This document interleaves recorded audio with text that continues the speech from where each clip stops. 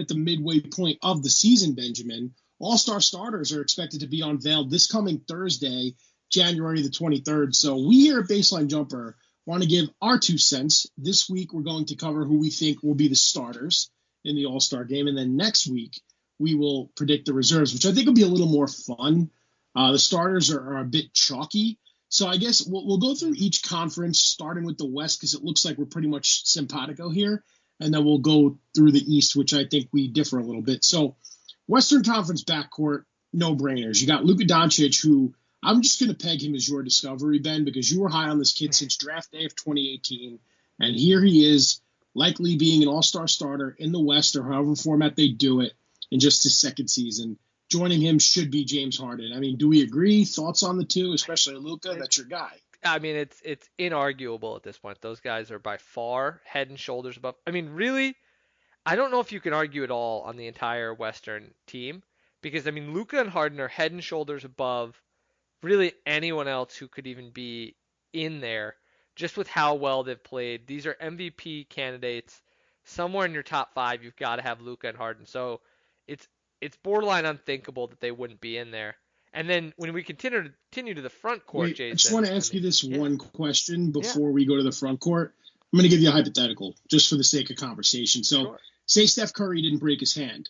Where would you put him? Would you, I mean, it's hard to make a case for Curry to start over either one of these guys, but let's say Curry was healthy, one-man band in Golden State with Russell being the complimentary role. I mean, does he deserve to get in based on fan vote and popularity, or do you think that it'll still be Luka and James Harden? I think there's a really good chance it would have still been Luka and Harden just because I think Curry would have really had to have a transcendent type season.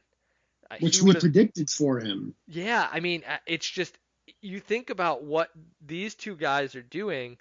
I would argue that these are two of the three best guys in the league right now. And we'll get to the other who's coming from the Eastern Conference, but I would make the case that that's two of the top three. So I mean, it's tough. I mean, when you look at the guys who aren't making it there, we just talked about Damian Lillard. There's not even an argument to be made that Lillard deserves to be over one of those guys, and that's with the guy who's a lock All-Star, an absolute stone cold lock for the All-Star team, has to get in there, Damian Lillard, and he's not even in the conversation with how good Harden and Doncic are. I mean, Doncic is on the verge of a triple-double with incredible all-around play. Meanwhile, Harden's averaging about 37 points a game, Jason, which is historic in its own right. So, I mean, it's just those two are just absolute no-brainers to me. And I think even if Steph was there, he would be hard-pressed to get in.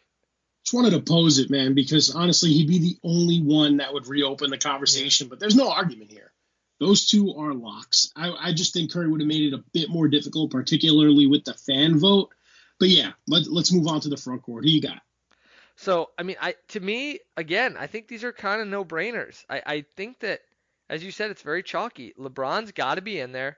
He's been incredible. Kawhi continues to be an absolute stud.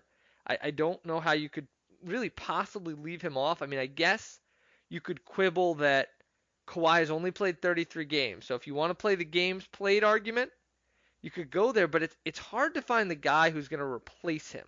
I think that's where it gets tough.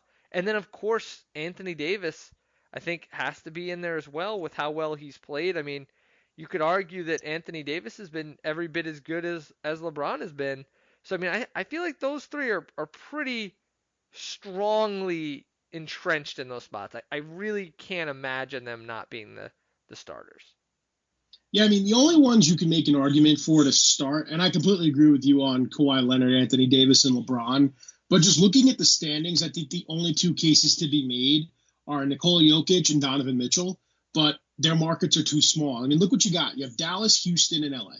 You know, three of the largest markets in the western portion of our great country. So I think it's a popularity contest. I think Mitchell and Jokic are both locks to make reserves, and sneak peek to next week when we actually predict who will make the reserves, but it's just tough, you know, with those large markets out west. And I think it's a good five.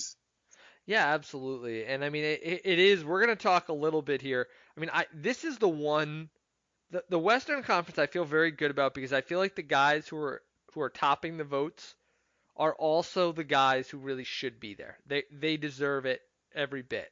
When we go to the East, Jason, I'm going to start with the front court here because we have a little Smart. quibble. Yes, Um, yes, I, very smart.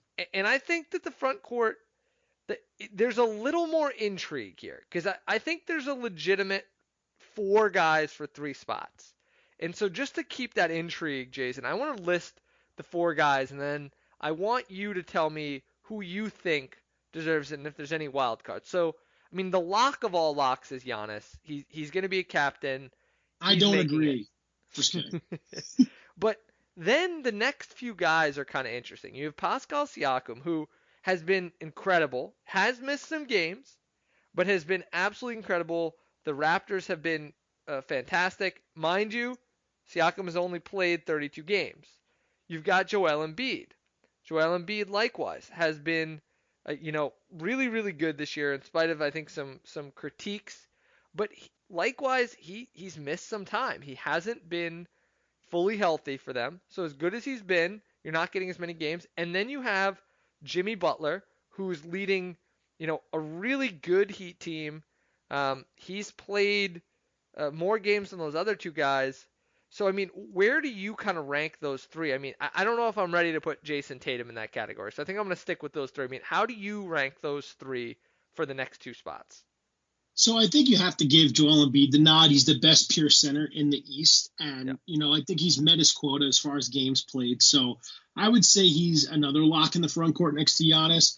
And I think you have to give the edge to Siakam based on the championship pedigree and what is going on in the Atlantic Division because Boston's loaded. You have Kemba Walker, who we'll get to, playing really well. You have Gordon Hayward looking like his old self.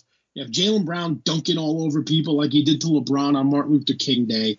So Siakam's kind of against all odds a little bit more than Tatum is because Kawhi left and no one pegged the Raptors to do much of anything. And yet here they are right there at the top of the Eastern Conference. So I feel like based on that, if not for the fan vote, I think the coaches and players will give Siakam that respect. And under the tutelage of Kawhi Leonard, Siakam has morphed into an all-star type player. I don't know about perennial. We'll see. But at least for this year, I think he deserves it. I really do. Yeah, to me, it's Embiid squarely at the top. I find the difference between Butler and Siakam, I think, is pretty slight. I mean, I think Butler has been every bit as good as advertised for the Heat. And I think that if you look at the team construction, I would make the argument that Butler may be more valuable to the Heat than Pascal Siakam is to the Raptors simply because when you watch the Heat play, they just don't have anyone else who can do what he does. Whereas when you look at the Raptors, it seems like they can get offense, they can get these things from anyone. But at the same time, when you look at overall excellence, I think you have to choose Siakam just because of his ability to really wreck the game on both ends. He can really take over.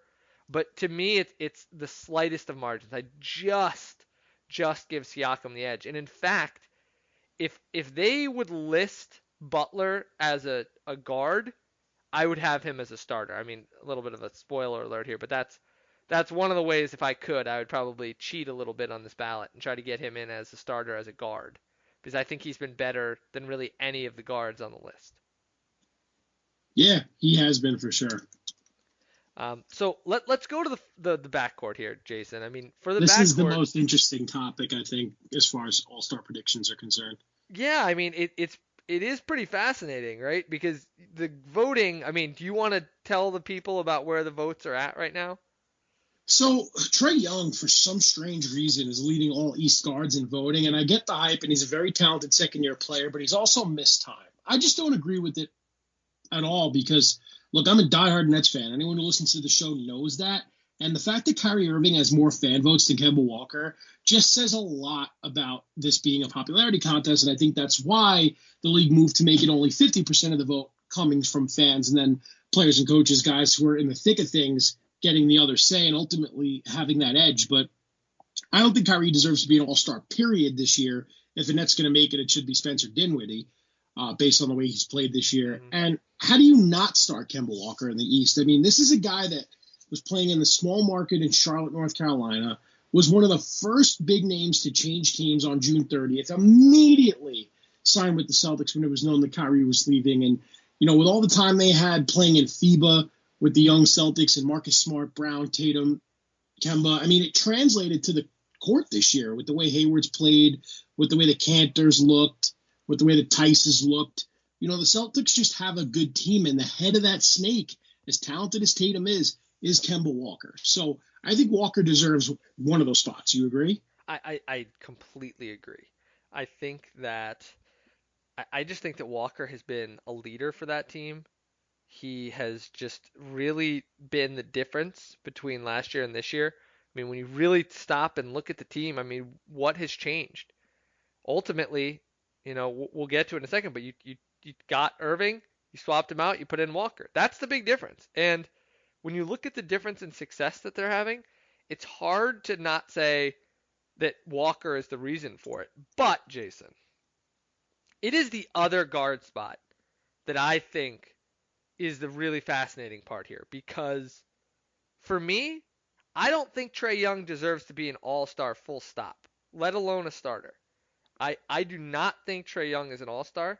He is perhaps the worst defender in the league. He is a guy who is racking up good stats on a bad team.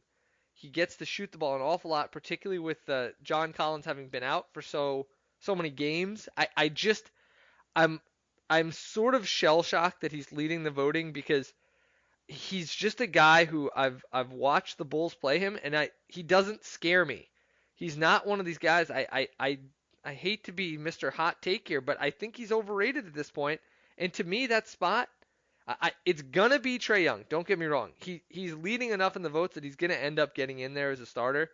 But I think it should be Bradley Beal, who is putting up nearly as good stats on a team that admittedly is not that much better, but he's doing it in just a much different way. I don't know. I respect the way that Bradley Beal has made the Wizards somewhat competent, and you look at that team, it's equally or as maybe worse than the Hawks team that Trae Young's on.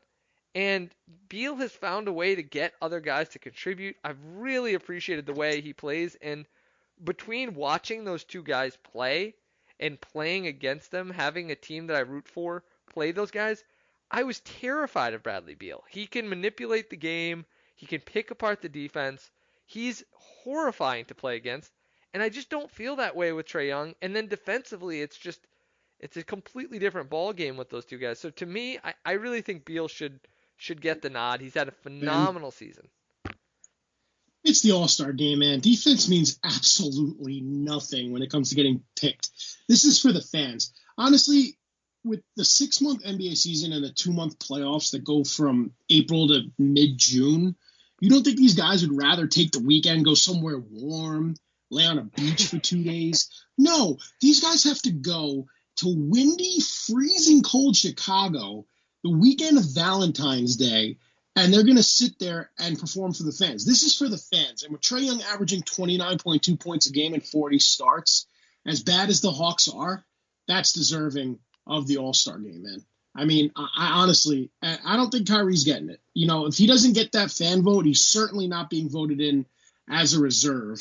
So I think he'll make it as a starter or not at all. So I think it's going to be Trae Young and Kemba Walker ultimately in the backcourt.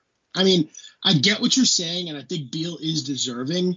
But when you look at this being a show and the way Trae Young's playing in his second season, this is the next crop of stud NBA point guards. Luka Doncic in the West, Trae Young in the East. I just think it has to be this way. If you could pick one of those two guys, who are you starting your team with? Long-term Luka, but you can't discount. I meant between Young and Beal. If you could have Young or you could have Beal, who would you want? Trae Young. Look, Bradley Beal's been in the league for a while. I'm not saying he's not a great player, but would you want a young 20s point guard or a shooting guard in his mid-20s? I'd go Beal. I like Beal. And that's fine. Look, while you were sitting here waxing poetic about the East, I actually wrote out my Western and Eastern Conference reserve predictions, which we'll save for next week's show. And I had a hard time doing that, but sneak peek, Beal's there. I think you have an argument that Beal could make it as a starter, but this is a popularity contest, man. And if it weren't for such a high scoring average, I'd be with you 100%. But a second-year player averaging 29 on a bad team, and I don't think they'd be this bad if it weren't for the 25-game PED suspension that John Collins had to serve. I think they'd be a little